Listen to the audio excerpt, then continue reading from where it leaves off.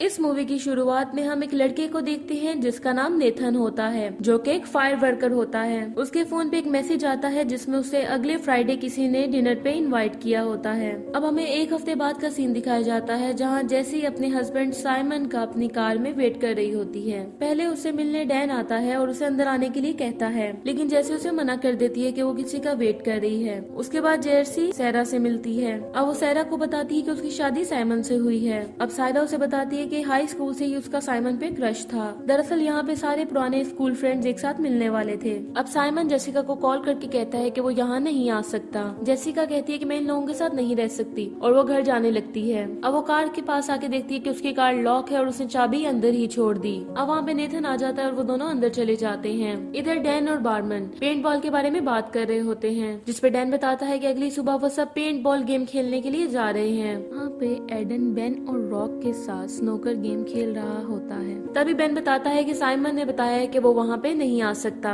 अब एडन कहता है कि टीम में से एक भी बंदा कम हो गया तो हम गेम कैसे खेल सकते हैं। साइमन बेन से फोन पे कहता है कि उसकी जगह जेसिका लेगी। बेन कहता है कि सिर्फ पेंट बॉल एक गेम है और हम इसे सिर्फ मजे के लिए खेल रहे हैं। अब जेसिका चलने के लिए मान जाती है। अगली सुबह उन सबको लेने के लिए एक वैन आती है। अब वो सब वैन में बैठ जाते हैं। मार्सन जो कि ये गेम करवा रही होती है वो बताती है कि इस गेम में तुम लोग जख्मी भी हो सकते हो। उसके बाद ये सब लोग पेंट बॉल कैंप की तरफ पहुंच जाते हैं। उसके बाद गैरी उनसे सबसे फोन ले लेता है और मानसुरी उनको चेंजिंग रूम में भेज देती है और दूसरी टीम को लेने के लिए चली जाती है। यहाँ पे एडन सबसे कहता है कि मैं तुम्हारी टीम का कैप्टन हूँ और मैं पिछली 3 दफा से चैंपियन रह चुका हूँ। अब एडन यहाँ पे बहुत लंबी लंबी फेंकना शुरू कर देता है, लेकिन कोई भी उसे अपनी टीम का कैप्टन नहीं बनाना चाहता था। यहाँ पे हम देखते हैं कि लोरिन यहाँ के कपड़े पहनने से मना कर देती है। यहाँ अब सब लोग गेम खेलने के लिए बाहर आ जाते हैं। मार्सन उसे छोटे कपड़े पहनने के लिए मना करती है, लेकिन लॉरेन उसकी बात को इग्नोर करती है। अब मार्सन लॉरेन पे अपनी पेंट बॉल से एक शॉट मारती है, जिसकी वजह से लॉरेन को दर्द होने लगता है और वो अब पूरे कपड़े पहन लेती है। अब मार्सन सबको पेंट बॉल गन देती है। एडन अपनी असली गन भी साथ लाया था,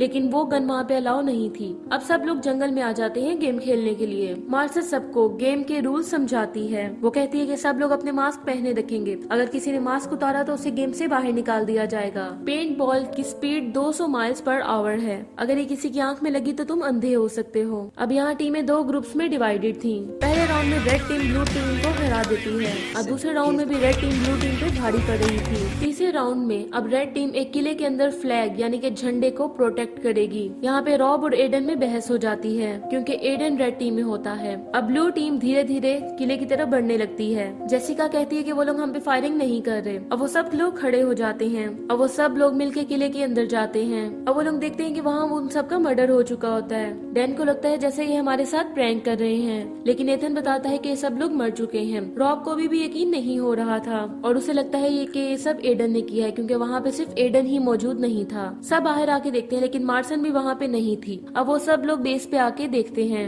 रास्ते में उन सबको एडन एक पेड़ के साथ बंधा हुआ मिलता है और कोई अचानक से पेंट बॉल से उन पे फायरिंग करता है। अब वो सब लोग पेड़ के पीछे छुपने लगते हैं। कुछ देर के बाद फायरिंग रुक जाती है। अब रॉब एडन के पास आता है और उसे प्रैंक बंद करने के लिए कहता है, लेकिन एडन की यहाँ मौत हो चुकी थी। किसी ने दोनों उसकी आंखें निकाल ली थी। टॉम बताता है कि एक बोर्ड पे प्लेयर्स के नाम लिखे हुए थे, लेकिन जिन प्लेयर्स को किलर ने मारा है उनके नाम काट दिए गए हैं। रॉब को लगता है कि एडन ने अपने चेहरे पे मेकअप किया हुआ है। अब रॉब एडन की आंख में उंगली डाल के देखता है तो उसे अब यकीन हो जाता है कि इसकी मौत हो चुकी है। अब रॉब उसे ढूंढने के लिए चला जाता है जिसने ये सब कुछ किया होता है। डैन और जेसिका भी रॉब के पीछे जाने लगते हैं और बाकी सब बेस के पीछे जाने लगते हैं। अब डैन जेसिका से पूछता है कि तुमने कॉलेज के बाद क्या किया। अब वो बताती है कि वो एक साइकेट्रिक नर्स है। इधर बैन को पता चलता है कि उसका पाँव एक लैंड माइनिंग पे रख दिया गया है। बैन अपने साथियों को समझाने लगता है कि वो उसे छोड़ दें। तभी लॉरेन बैन के पैर पे पेंट बॉल से शूट कर देती है, जिससे उन सबको पता चल जाता है कि कोई लैंड माइन नहीं बल्कि एक जाल है। तभी बैन आगे बढ़ता है और उसका पैर एक असली लैंड माइन पे आ जाता है और बैन वहाँ पे एक्सप्लोड हो जाता है, यानी कि बैन की भी मौत हो जाती है। अब उधर जेसिका को जंगल में एक पुराना घर मिलता है। अब डैन और जेसिका को घर के अंदर से काफी चीजें मिलती हैं। जेसिका को काफी पुराने हथियार मिलते हैं और डैन को वहाँ एडन की एक आंख भी मिलती है।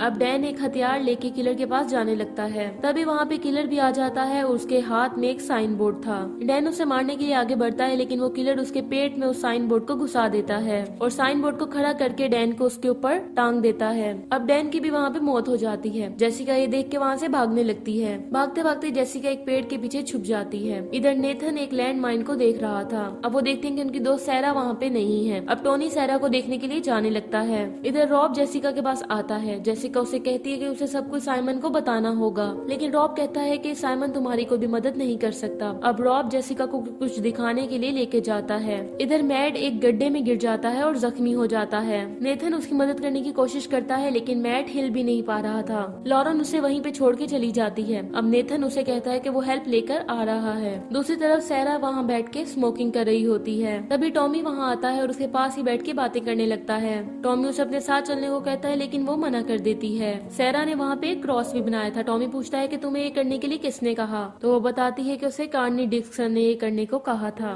टॉमी कहता है कि मुझे लगता है कि साइमन ने किया है, क्योंकि वो ही बस हम में यहाँ पे नहीं है। दूसरी तरफ मैट कोशिश के बावजूद गड्ढे से बाहर नहीं निकल पाता। तभी वहाँ पे किलर आ जाता है और वो अपने साथ एक ताबूत भी लाया था। वो किलर पेंट बॉल से शूट करने लगता है, जिससे उसको काफी दर्द हो रहा था। अब वो किलर उसे उस ताबूत में बंद होने के लिए कहता है। मैट खुद को उस ताबूत में बंद कर लेता है। अब वो किलर एक मशीन से वहाँ पे मिट्टी डालने लगता है, जिससे मैट का अंदर ही अंदर दम घुटने लगता है। अब रॉब जेसिका को एक घर में ले जाता है और वहाँ उसको साइमन का फोन और कुछ ड्रग्स दिखाता है। रॉब को भी यही लगता था कि ये सब कुछ साइमन ने किया है, लेकिन जेसिका को यकीन नहीं हो रहा था, क्योंकि जेसिका को लगता है कि कोई साइमन को फंसा रहा है, और वो रॉब को धक्का देती हुई वहाँ से चली जाती है। इधर नेथन और लॉरेन बेस पर पहुंच जाते हैं। वो देखते हैं कि वहाँ पे मार्सस भी जख्मी पड़ी हुई है और उस पे भी किलर ने अटैक किया था। अब नेथन मार्सन से अपने फोन के बारे में पूछता है, जिसपे वो बताती है कि किलर ने उन सब के फोन तोड़ दिए और उनकी गाड़ियों की चाबियां उसकी आंतों में डाल दी। लॉरेन उसकी आंतों में हाथ डाल के उसकी चाबियों को निकाल लेती है। दूसरी तरफ जेसिका उसी घर में छुपी हुई थी। वहाँ से वो कुछ हथियार को लेती है और वहाँ से चल पड़ती है। तभी वो देखती है कि रॉब के पीछे वो किलर पड़ गया है और वो वापस उस घर में आके छुप जाती है। अब किलर रॉब पे पेंट बॉल गन से शूट करने लगता है, जिससे रॉब को काफी पेन होती है। अब रॉब उसे रुकने के लिए कहता है और साइमन कह के बुलाता है। अब वो किलर रॉब पे अटैक कर देता है और उसकी बॉडी को मशीन से काटने लगता है।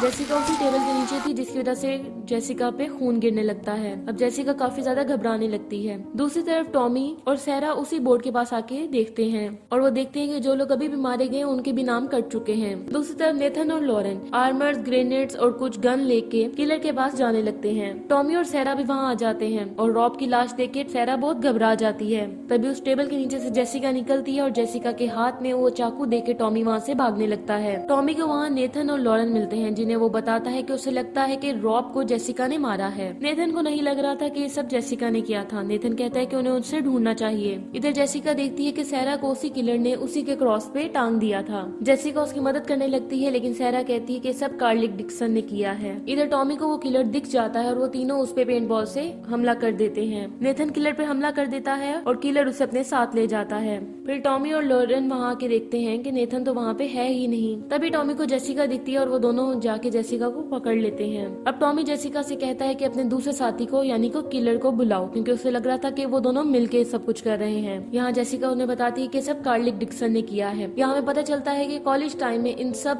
दोस्तों ने मिलके डिक्सन के साथ एक प्रैंक किया था और डिक्सन अब उसी प्रैंक का बदला ले रहा था। अब यहाँ पे लॉरेन उनके साथ जाने से मना कर देती है और अकेले ही किलर के पास जाने लगती है। अब किलर उसे चाकू से मार देता है। तभी लॉरेन बताता है कि कॉलेज टाइम से साइमन ने डिक्सन को अपने कब्जे में कर रखा था और ये सब डिक्सन से साइमन ही करवा रहा है। अब टॉमी जोर जोर से डिक्सन को पुकारने लगता है, जिससे जेसिका अब उसे धक्का दे देती है और उसका सर पेट से लग जाता है और वो बेहोश हो जाता है। जेसिका उसे वहीं पे छोड़ के हेल्प मांगने के लिए जाने लगती है। अब जेसिका देखती है कि किलर ने लॉरेन को भी मार दिया था और उसके चेहरे की स्किन भी उतार ली थी। टॉमी को किलर ने कुर्सी से बांध रखा था और वो टॉमी को कुर्सी के साथ ही तालाब में फेंक देता है। उसके बाद वो किलर वहाँ से चला जाता है। अब जेसिका टॉमी की मदद करने के लिए आती है, लेकिन वो टॉमी को तालाब से बाहर नहीं निकाल पाती। अब जेसिका अकेले ही किलर को मारने का फैसला करती है। जेसिका एक जगह पे पहुंच जाती है जहाँ किलर ने नेथन को पकड़ के रखा था। किलर ने उसके हाथों पे कीलें लगा रखी थी। जेसिका उसे किलर समझ के एक बोतल में आग लगा के उसी तरफ फेंक देती है। फिर नेथन के कपड़ों में आग लगने लगती है। जेसिका देखती है कि किलर तो उसके सामने खड़ा था। अब नेथन चिल्लाने लगता है और जेसिका उसकी आग बुझाने की कोशिश करती है। अब नेथन किलर से लड़ने लगता है, लेकिन किलर उसे चाकू मार के मार देता है। फिर किलर जेसिका को मारने के लिए आगे बढ़ता है, लेकिन जेसिका एक पत्थर से उस पर हमला कर देती है, जिससे वो बेहोश हो जाता है। अब जेसिका बाहर आ जाती है। अब वो किलर भी उसके पीछे आ जाता है और मास्क उतार के उसे एक रास्ते की तरफ जाने के लिए कहता है और जेसिका वहाँ पे जाने लगती है। यहाँ पे हम किलर का चेहरा नहीं देख पाते और इसी सस्पेंस के साथ ये मूवी यहीं पे खत्म हो जाती है। Thank you so much for watching.